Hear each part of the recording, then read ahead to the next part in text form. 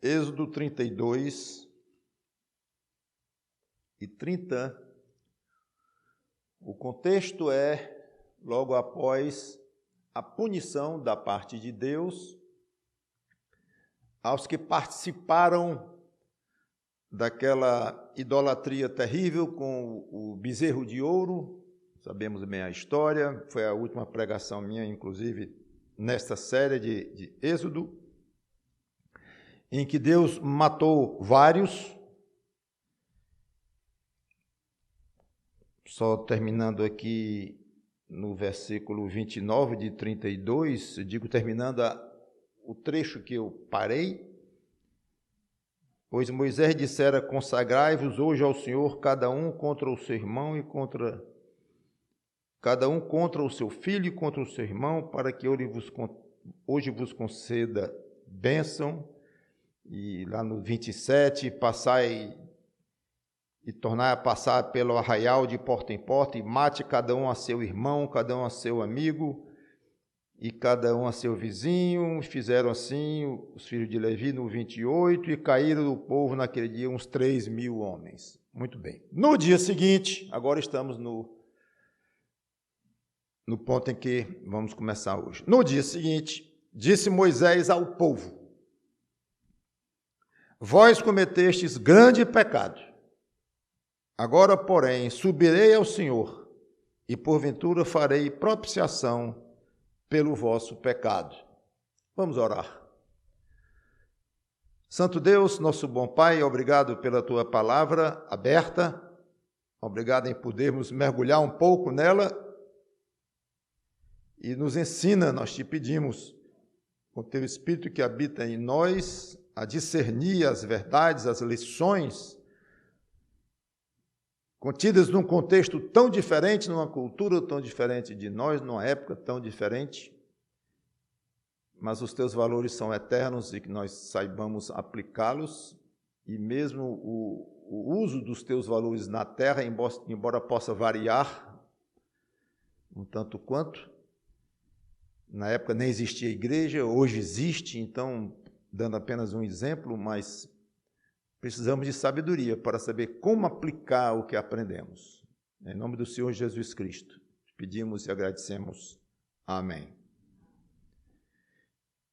Então, Moisés interrompe a matança, encerrou, uma grande lição já havia sido dada, e ele, com o coração pequeno, certamente, sentido por tudo aquilo, resolve interceder perante Deus, agindo novamente como sacerdote, que ele já fizera isso antes, um grande mediador entre aquele povo e Deus.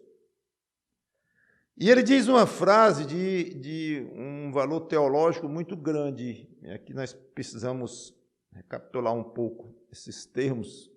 Eu queria um pouquinho de teologia agora aqui. Quando ele diz: farei propiciação. Aliás, ele diz: porventura farei propiciação pelo vosso pecado. Ele como se estivesse garantindo que ia funcionar, não. Era o que estava na vontade dele. E ele usou uma palavra não muito comum nos nossos dias, e que é bom explicar. No hebraico, significa literalmente cobrir, e foi adquirindo, metaforicamente, o sentido de fazer algo que aplaque a ira de outro, e no caso, Deus pegou para si esse nome de uma maneira muito forte, alguma coisa que aplaque a ira dele. É interessante que lá em Lucas capítulo 18, não precisa ir lá, que eu vou só ler de passagem, mas nós lemos a expressão da propiciação, lá com aquele pecador, que foi aquele publicano usado como exemplo pelo Senhor Jesus Cristo, na oração dele, no versículo 17, lá no versículo 13, ele diz: o publicano, estando em pé, longe, não ousava nem ainda levantar os olhos ao céu, mas batia no peito, dizendo: ó Deus, sê propício a mim, pecador. Isso aqui realmente está no passivo. Então, literalmente seria ser propiciado, se agrada de mim, aplaca a tua ira contra mim. Esse é o significado da oração dele. Lá em Levítico 16, eu não vou ler, diz claramente que os sacrifícios dos animais eram feitos como propiciação pelos pecados do povo. O que é isso? Era uma forma de aplacar, abrandar a ira de Deus contra os pecados.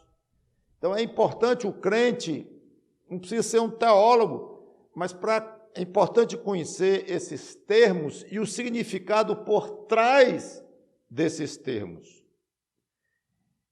Só que nós sabemos que os sacrifícios dos animais apontavam para Cristo, o sacrifício único de Cristo naquela cruz. Quer dizer que então é certo nós dizermos que Cristo é a propiciação pelos nossos pecados? Isso é certo? É altamente correto, bíblico e uma doutrina neotestamentária forte. O Novo Testamento pegou forte isso. 3 passagens, pelo menos eu tenho aqui, 4, falando exatamente deste fato. Tem um lá em Hebreus 2,17 que cita praticamente a mesma frase de Moisés. É bom vocês chegarem lá aqui para poder se lembrarem dessas coisas, não vou dizer nem saberem, talvez vocês já saibam, mas eu fico assim um pouco pensativo se alguém se aproximasse de um crente com seus, 5 anos, 10 anos de convertido, 15 anos. O que é propiciação pelo pecado? Cristo é a propiciação pelos nossos pecados. O que é isto?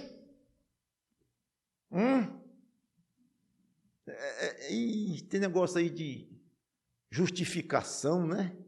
Negócio de santificação, expiação e substituição. Tem aí uns... Pois é, eu ouvi muito isso na escola dominical. Pois é, imagino. Nas pregações. Seria tão bom você poder dizer, é isso. E é simples. Então, Hebreus 2,17. Por isso mesmo convinha que em todas as coisas, falando dele, Cristo, ele se tornasse semelhante aos irmãos, para ser misericordioso e fiel, sumo sacerdote nas coisas referentes a Deus e para fazer propiciação pelos pecados do povo. A mesma frase usada por Moisés. Eu vou subir a Deus, porventura eu vou fazer propiciação pelos pecados de vocês. Interessante, mesma coisa. Romanos 3:25, eu quero frisar bem o fato de Cristo ser a propiciação pelos nossos pecados. Diz assim, no versículo 24, fala, mediante a redenção que há em Cristo Jesus. Estou em Romanos 3:24. Mediante a redenção que há em Cristo Jesus. No 25, a quem Deus propôs no seu sangue, claro, no sangue de Cristo, como propiciação, mediante a fé, para manifestar a sua justiça, e a passagem continua, mas mais uma vez batendo nesta tecla.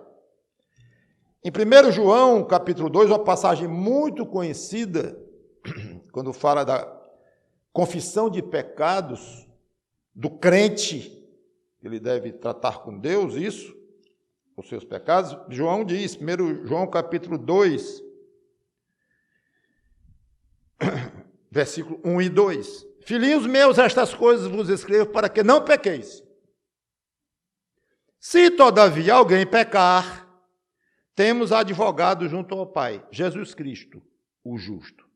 E ele é a propiciação pelos nossos pecados, e não somente pelos nossos próprios, mas ainda pelos do mundo inteiro. esse do mundo inteiro significando provavelmente pelos crentes do mundo inteiro, por qualquer um do mundo inteiro que se identifica com o Senhor Jesus Cristo. Se ele está se referindo ao mundo inteiro, mesmo incluindo os pecadores, mesmo incluindo os perdidos, que é possível, não se sabe exatamente, mas claro que a noção, então, aqui é que ele tornou, então, Deus aceitável a todo aquele ser humano que se chegue a Deus através do sangue de Cristo. Pode ser também.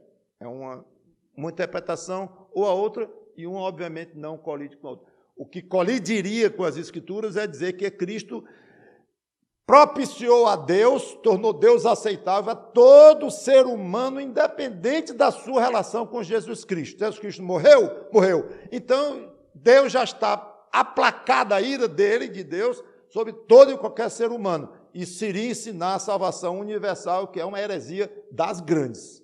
Então, que obviamente não é o caso. Então, ou de qualquer crente pelo mundo inteiro está propiciado os pecados daquela pessoa, efetivamente Deus já se abrandou e já o acolheu como filho em Cristo, ou pelo mundo inteiro, quem quer que aplique para si próprio, pela fé, o sangue de Cristo na própria alma, esse está com Deus aplacado.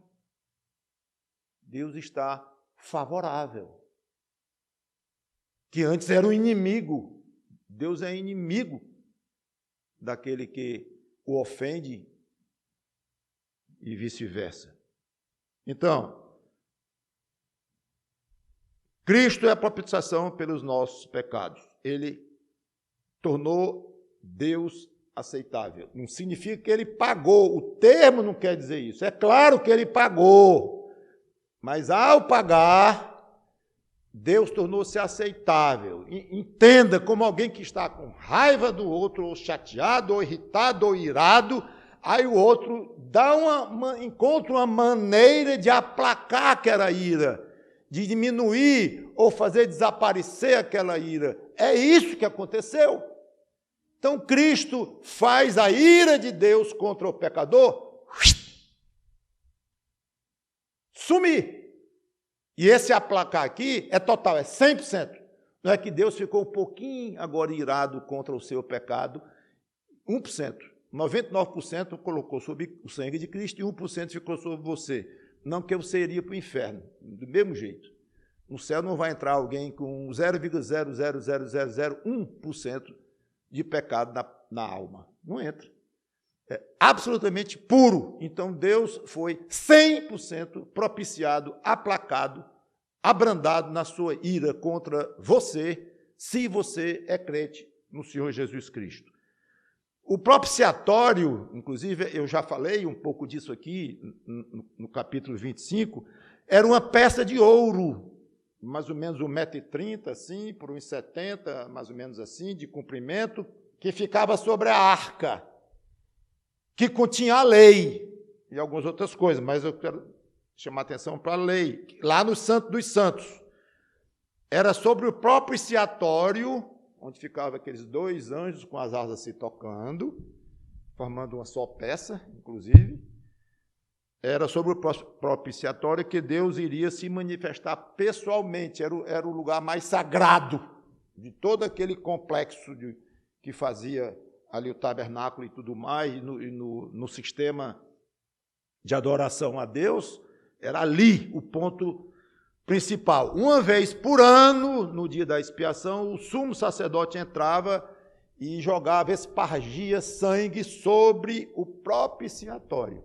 Aí vem o tipo muito bonito, o tipo de Cristo que nós vemos aqui.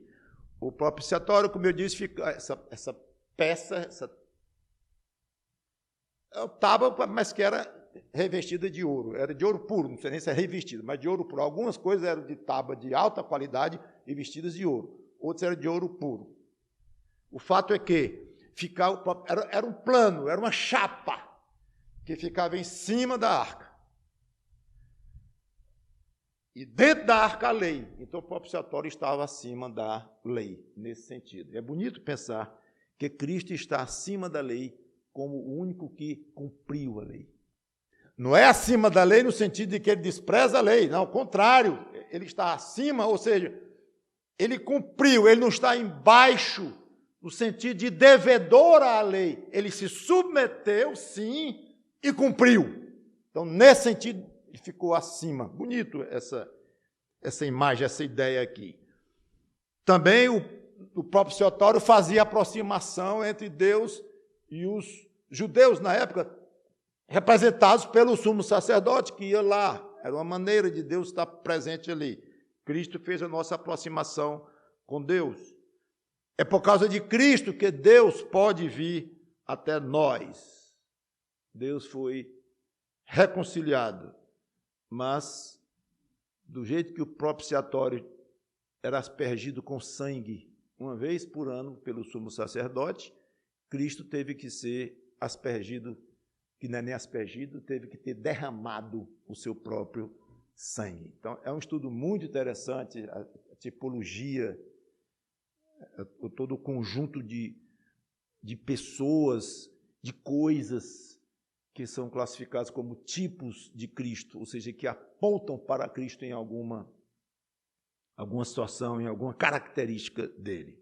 Em suma, voltando à nossa história com Moisés, depois dessa pequena aula aí sobre propiciação, Moisés se propõe, se Deus ia aceitar, ele não sabia, mas ele se propôs no coração dele aplacar a ira de Deus. Inclusive vai ter a ver com a mensagem de hoje à noite, que vai falar sobre coragem. Pena que vocês não estarão aqui na minha frente. Já está ficando enjoado isso.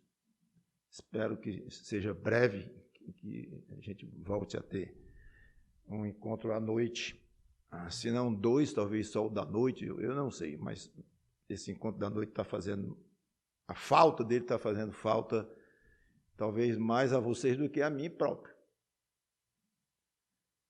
Muito bem, e a mim também. Seja como for, eu vou falar de coragem, e se Deus ia aceitar, Moisés não sabia, mas ele teve coragem. E teve o coração para dizer, eu vou tentar. E aqui, novamente, um tipo de Cristo, como Moisés foi em várias coisas. Aí vemos no versículo 31, e no começo do 32, voltando a Êxodo 32, que diz assim, tornou Moisés ao Senhor, então Moisés subiu ao monte novamente para falar com Deus, e disse, ora, o povo cometeu grande pecado, fazendo para si deuses de ouro. Agora, pois, perdoe-lhe o pecado. Vamos parar aqui. Moisés baseia a sua conversa com Deus em 2 pontos. Primeiro, reconhece que o povo pecou gravemente. Direto ao ponto. Segundo, também de uma maneira muito objetiva, pede que Deus perdoe o povo. Pronto. E aqui está um modelo de oração excelente para nós. Eficiente, simples, reconhecer diante de Deus que pecou e pedir perdão. Não para efeito de vida eterna mais, que já está resolvido aquilo com Cristo, mas no relacionamento do dia a dia com Deus. Confessa, perdoa-me. Só isso. Não sei, talvez você faça já assim com Deus. Você ora assim de uma maneira muito... Eu não sei até qual o tamanho do seu orgulho. O orgulho humano é uma coisa complicada. A gente pode ver esse orgulho quando nós vamos tratar com alguém que a gente ofendeu, coisa assim, mas com um semelhante. Deve ter cenas muito interessantes. Vai falar com o irmão, às vezes empurrado pelo pastor, empurrado por outro irmão, tem que falar com ele, tem que se desculpar, tem que tratar, chega lá, sabe como é, a carne é fraca, arrodeando, sabe nem explicar direito o que quer dizer carne é fraca, pensa que é fácil explicar aquilo, não é tão fácil. Carne é fraca e todo homem é pecador, né? A humanidade inteira, e vai arrodeando.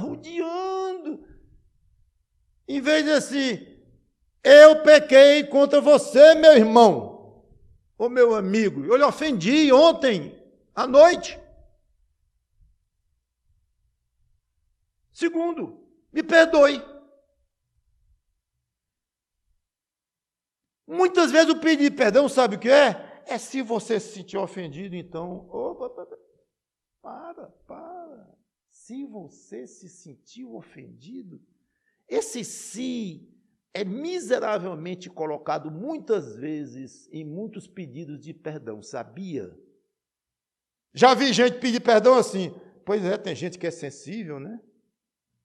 E eu soube que você ficou meio chateado com aquela coisinha que eu disse ontem.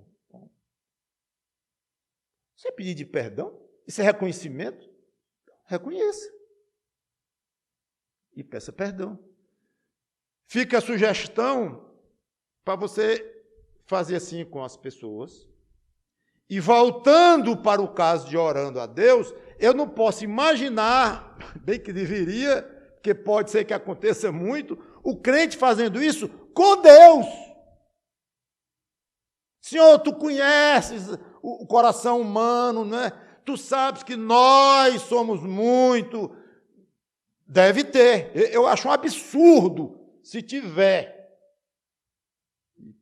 Sei lá, se eu mesmo já cometi isso, eu tenho muitos defeitos, muitos pecados, obviamente, mas eu não sei se esse é exatamente um.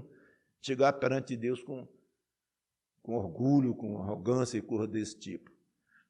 Mas, se é assim, pela glória de Cristo é que eu digo isso. Mas procure ir direto com Deus, direto, não enrole, não tem nenhuma vantagem. Muito bem. Então, Moisés começa a fazer uma oração muito simples, simplíssima, valiosíssima como lição para nós, aí de repente, transforma aquela oração em algo muito ousado, impressionantemente ousado. Por isso que eu parei no meio do 32, versículo 32, agora eu vou continuar. Lá no 32, então, voltando, diz, agora, pois, perdoe-lhe o pecado, ou, se não, risca-me, peço-te, do livro que escreveste. Agora ficou uma oração com nada de simples, muito ousada, e a gente tem até que parar para pensar o que Moisés quis dizer com isto. Algumas vezes eu vou abreviar.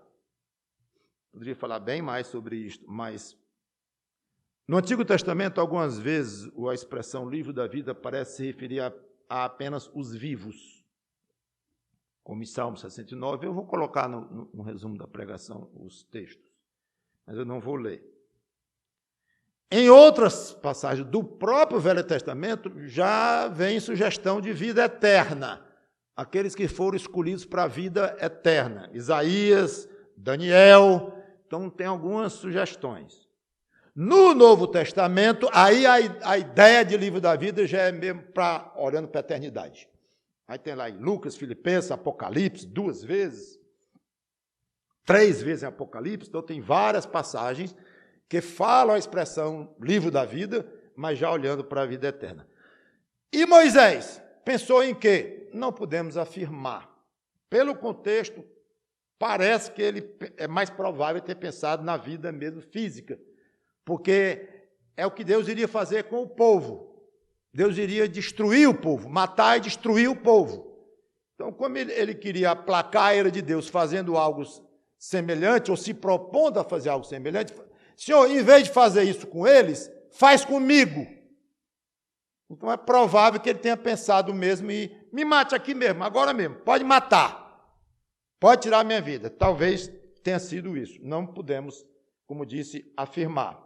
Seja como for, é belíssimo, claro, o exemplo de Moisés. Não diminui, inclusive, a beleza. Ele assume os israelitas, o lugar dos israelitas, pecadores. Isso lembra alguém? João 15, 12 e 13. Diz assim: o meu mandamento é este. João 15, 12. Que vos ameis uns aos outros, assim como eu vos amei.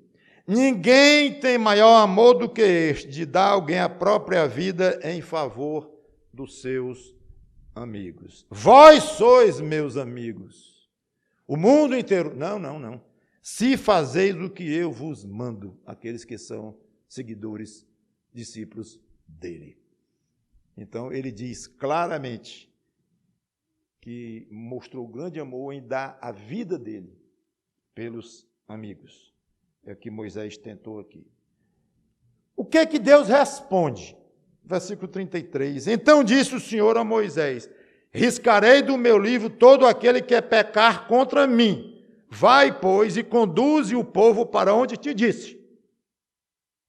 Eis que o meu anjo irá diante de ti. Porém, no dia da minha visitação, vingarei neles o seu pecado. Feriu, pois, o Senhor ao povo, porque fizeram o bezerro que Arão fabricara. Deus diz assim: Moisés, eu não vou te matar, não. Eu vou matar quem pecou. Aliás, é um princípio de Deus. Geral e aplicado por particular aqui. Não, eu vou matar, eu vou punir quem fez esse bezerro. Pelo menos era a minha intenção, Moisés. Não tem nada a ver contigo, não é o teu caso. Numa soberania enorme de Deus. Olha, Moisés, quem mexe no livro da vida, entendeu? Quem bota, quem tira, sou eu. Você pode desejar... ele não comentou isso, né? É até bonito isso, mas não é assim que funciona, não.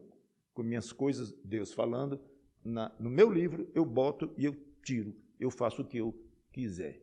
Bonito isso, né? Soberania de Deus.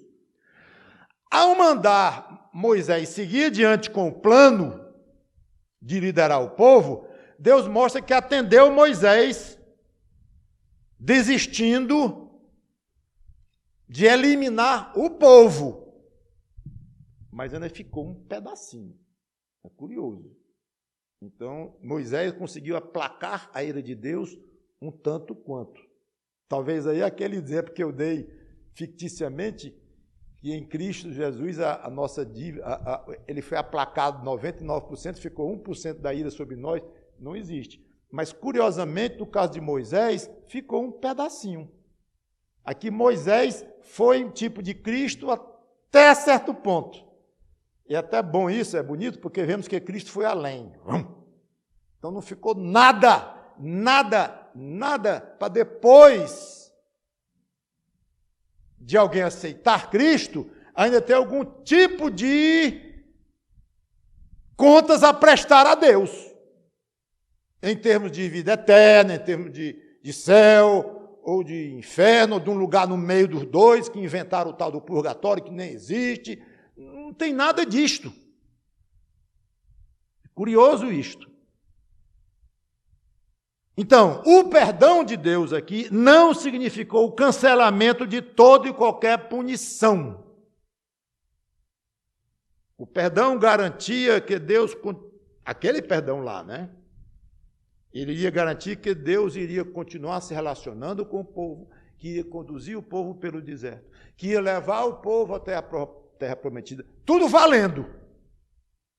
Que estaria tudo cancelado se Deus matasse o povo todo e fizesse sair de Moisés uma nova e grande nação. Vocês já viram, já falei isso também. Então, pode continuar. Aí prometeu a companhia de um anjo, depois vamos falar sobre anjo, não mais agora, eu já quero encerrar. E ficaria uma punição para o dia da visitação. Aí os estudiosos não conseguem fixar num ponto só, dão algumas sugestões. Ou dias de castigo ao longo dos 40 anos no deserto, ou uma referência geral aos próprios 40 anos, quando morreriam todos os 20 anos para cima, não sabemos exatamente. E nem sabemos porque terminou como terminou, aqui no último versículo 35, quando ele diz: feriu, pois, o Senhor ao povo, porque fizeram o bezerro que Arão fabricara. Parece que está contradizendo toda a conversa com Moisés, mas obviamente não é. Então aqui pode estar quase que concluindo essa parte, e ele contando o que os levitas já haviam feito com os 3.000 que mataram. Pode ser que seja uma maneira só de concluir a história. Então, resumo de tudo isso é que Deus teve essa conversa com Moisés, Moisés interferiu, foi aceito um tanto quanto e tal, mas que muitos morreram com essa história toda aí. Pode ter sido só isso. Ou pode se referiar a algum evento depois dessa conversa de Deus com Moisés que não está registrado. Algum tipo de castigo que Deus deu ainda, como um restante ou coisa assim, não sabemos.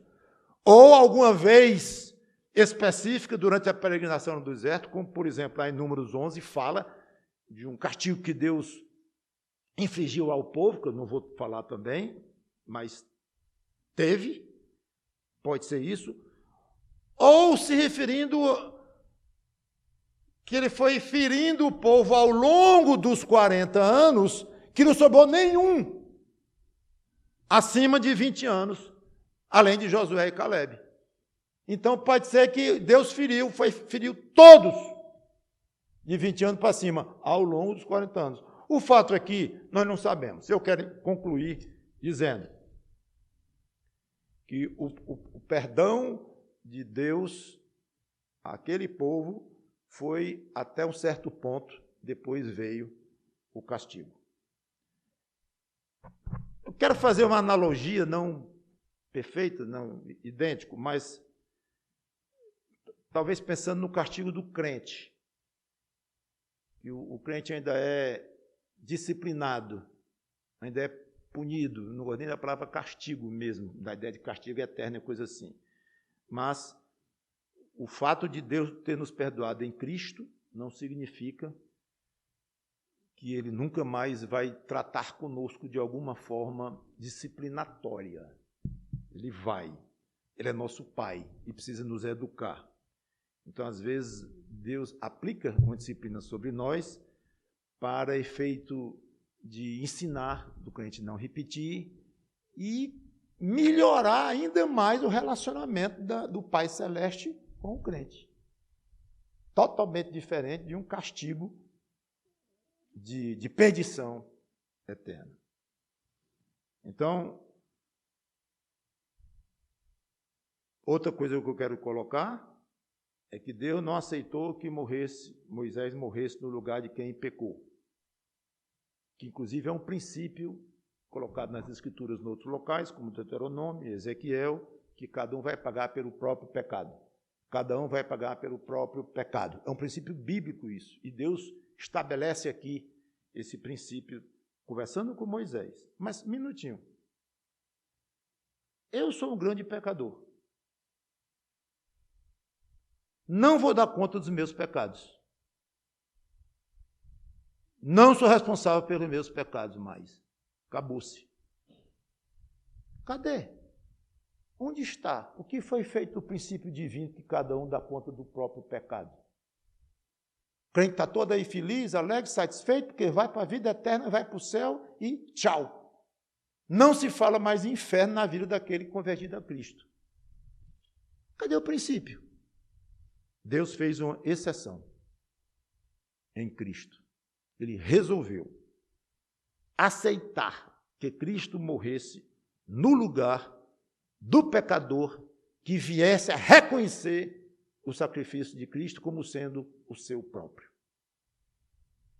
É aí onde reside as boas novas do Evangelho. Uma notícia espetacular. Não preciso mais dar contas a Deus dos meus pecados. Isso é um sonho, é?